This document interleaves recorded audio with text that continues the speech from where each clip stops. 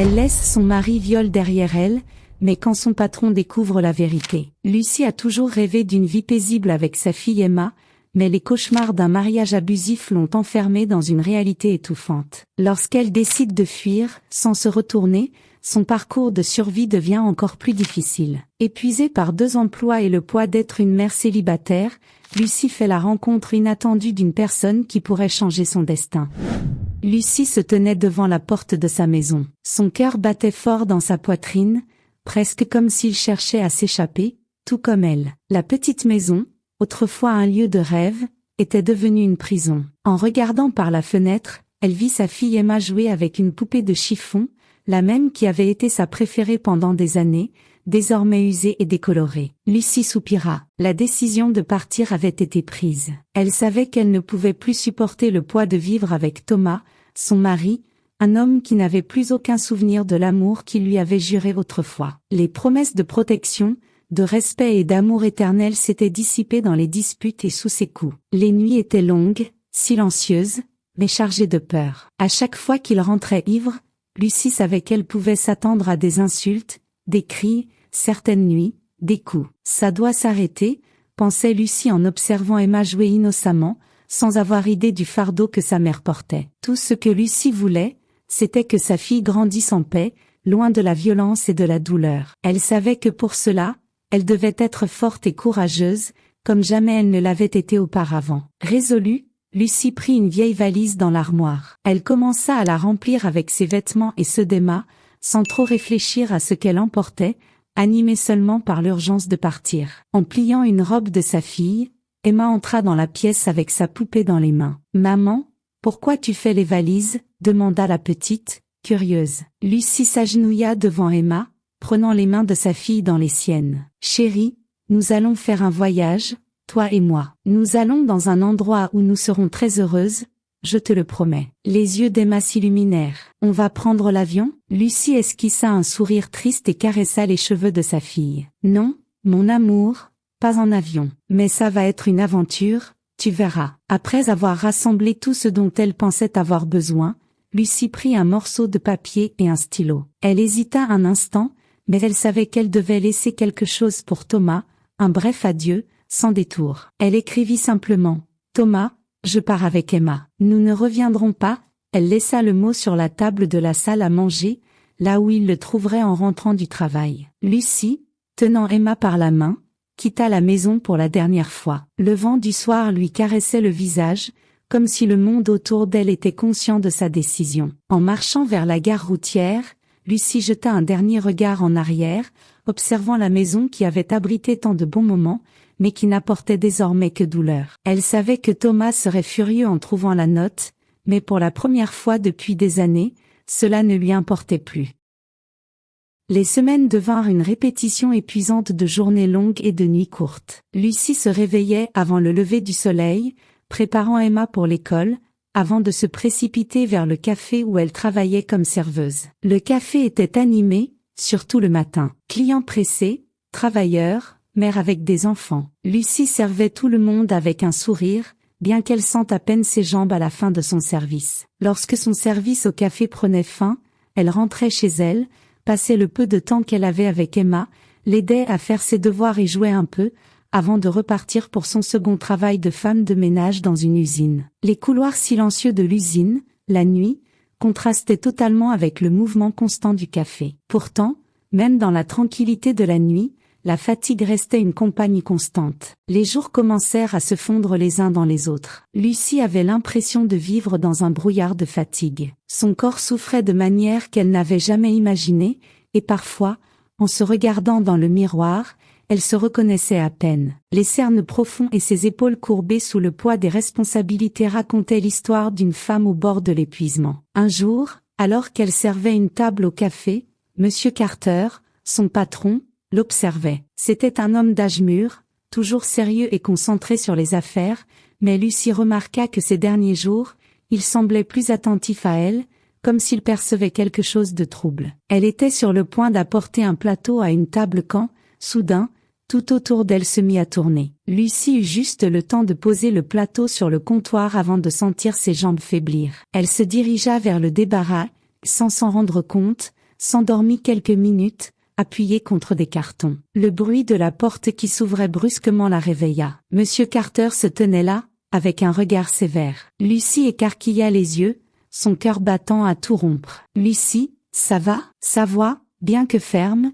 trahissait une inquiétude sincère. Lucie se redressa rapidement, encore désorientée. « Je suis désolée. Cela ne se reproduira plus, je vous le promets. » Monsieur Carter croisa les bras et la regarda un instant avant de hocher la tête. « Reposez-vous un peu, Lucie. Cela arrive à tout le monde. » Elle poussa un soupir de soulagement, mais l'inquiétude la rongeait de l'intérieur. Elle savait qu'elle ne pouvait pas se permettre de baisser la garde. Chaque jour était une lutte pour conserver les emplois qui soutenaient Emma et pour lui assurer le minimum nécessaire. Ce soir-là, alors qu'elle préparait Emma pour dormir, Lucie repensa aux mots de Monsieur Carter. Il la traitait avec gentillesse, mais la peur de ne pas pouvoir continuer pesait sur elle comme une ombre permanente. La fatigue n'était plus seulement physique, elle commençait à éroder sa volonté de persévérer. « Je dois continuer », murmura-t-elle pour elle-même en caressant les cheveux d'Emma, observant sa fille endormie. « Pour elle, je dois tenir. »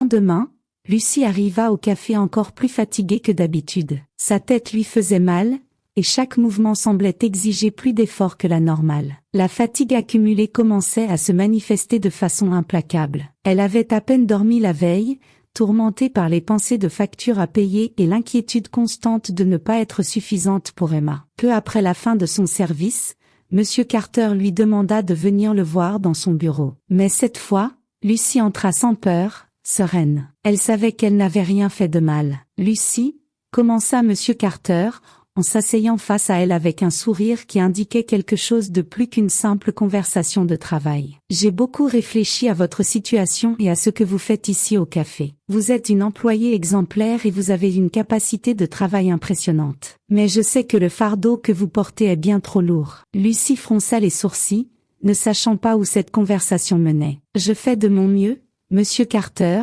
répondit-elle, encore incertaine. Il hocha la tête, se penchant en avant avec un regard sérieux, mais bienveillant. « Je le sais, c'est pour cela que je voudrais vous proposer quelque chose de mieux. J'ai un poste administratif ici, au café. C'est un travail avec plus de responsabilités, mais le salaire est meilleur. Avec ça, vous pourriez laisser votre deuxième emploi et passer plus de temps avec Emma. » Lucie sentit un choc parcourir son corps. « Je ne sais pas quoi dire. Cela changerait tout pour moi. » Monsieur Carter sourit, voyant l'impact de ses paroles. « Vous le méritez, Lucie. Je vois combien vous vous dévouez à votre travail et à votre fille. Et je pense qu'il est temps que vous ayez un peu plus de paix. Qu'en dites-vous » Les larmes montèrent aux yeux de Lucie, mais cette fois, elles étaient de soulagement. Elle n'avait jamais imaginé que quelqu'un, en dehors d'elle-même, puisse se soucier de son bien-être de façon aussi attentionnée. La voix tremblante, elle murmura un remerciement, encore incrédule face à ce qui se passait. Dans les jours qui suivirent,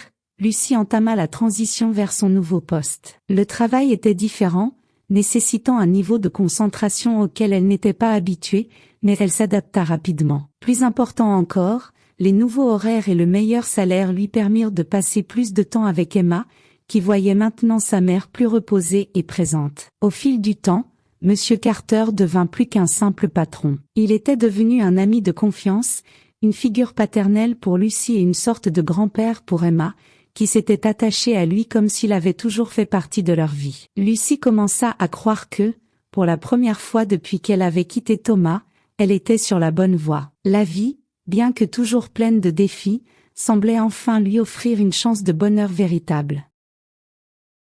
La conversation avec Monsieur Carter apporta à Lucie un soulagement qu'elle n'avait pas ressenti depuis longtemps. Bien que la fatigue soit toujours là, la simple certitude de ne pas être seule dans sa lutte pour survivre lui procurait une paix momentanée. Cependant, les semaines qui suivirent restèrent éprouvantes. Malgré le soutien de Carter, Lucie continuait à faire face aux mêmes difficultés, les factures à payer, les longues heures de travail et le poids d'être l'unique responsable d'Emma. Un samedi matin, alors qu'elle préparait le petit déjeuner pour Emma, une idée lui vint à l'esprit. Elle regardait sa fille, heureuse devant son bol de céréales, lorsqu'un souvenir lui revint. Sa grand-mère, pour exprimer sa gratitude, préparait toujours des dîners simples mais remplis de tendresse pour les personnes qui l'avaient aidé. Lucy esquissa un sourire. Peut-être était-il temps de remercier Monsieur Carter pour tout ce qu'il avait fait pour elle, non pas avec des mots, mais avec un geste sincère. Résolue, elle appela Emma près d'elle. « Ma chérie, que dirais-tu si on invitait Monsieur Carter à dîner chez nous? Il a été tellement gentil avec nous,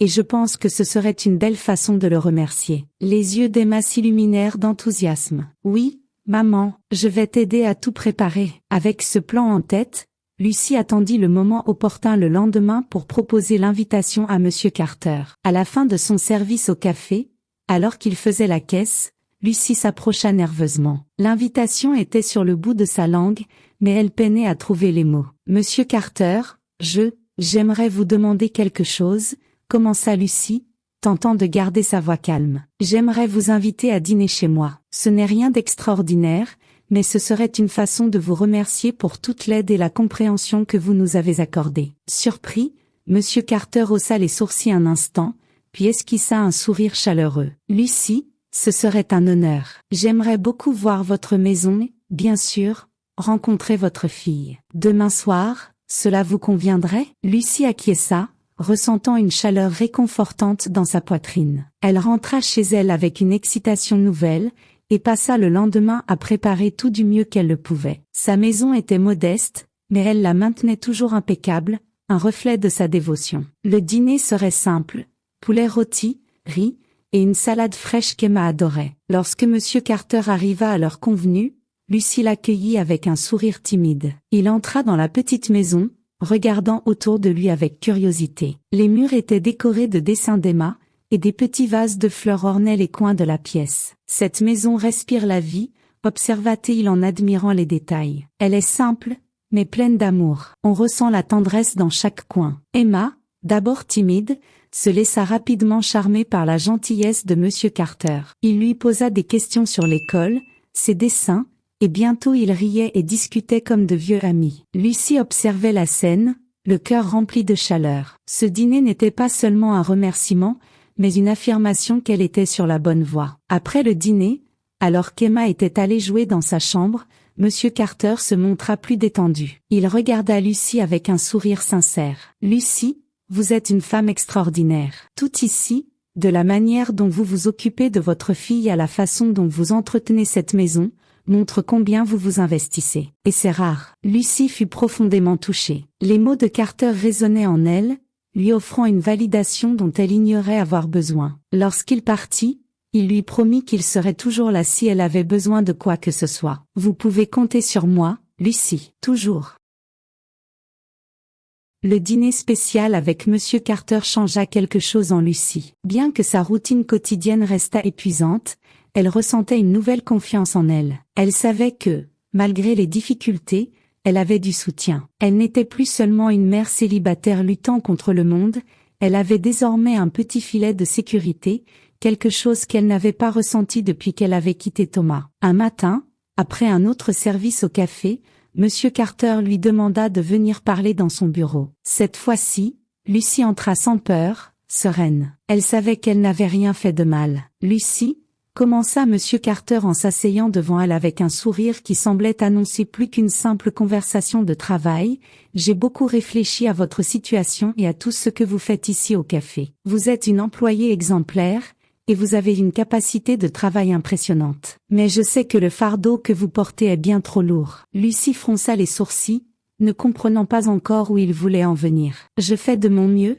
Monsieur Carter, » dit-elle, encore un peu incertaine. Il acquiesça et se pencha légèrement vers elle avec un regard sérieux mais bienveillant. « Je le sais, Lucy. C'est pourquoi j'aimerais vous proposer quelque chose de mieux. J'ai un poste administratif ici au café. C'est un travail avec plus de responsabilités, mais le salaire est plus élevé. Avec ça, vous pourriez quitter votre deuxième emploi et avoir plus de temps à consacrer à Emma. » Lucy sentit une vague d'émotion l'envahir. Je ne sais pas quoi dire. Cela changerait tout pour moi. Monsieur Carter sourit en voyant l'impact de ses paroles. « Vous le méritez, Lucy. Je vois combien vous vous dévouez à votre travail et à votre fille. Et je pense qu'il est temps que vous ayez un peu plus de paix. Qu'en dites-vous » Les larmes montèrent aux yeux de Lucy, mais cette fois, elles étaient de soulagement. Elle n'aurait jamais imaginé que quelqu'un d'autre qu'elle-même pourrait se soucier autant de son bien-être. Avec une voix tremblante, elle murmura un remerciement, encore sous le choc de cette opportunité. Dans les jours qui suivirent,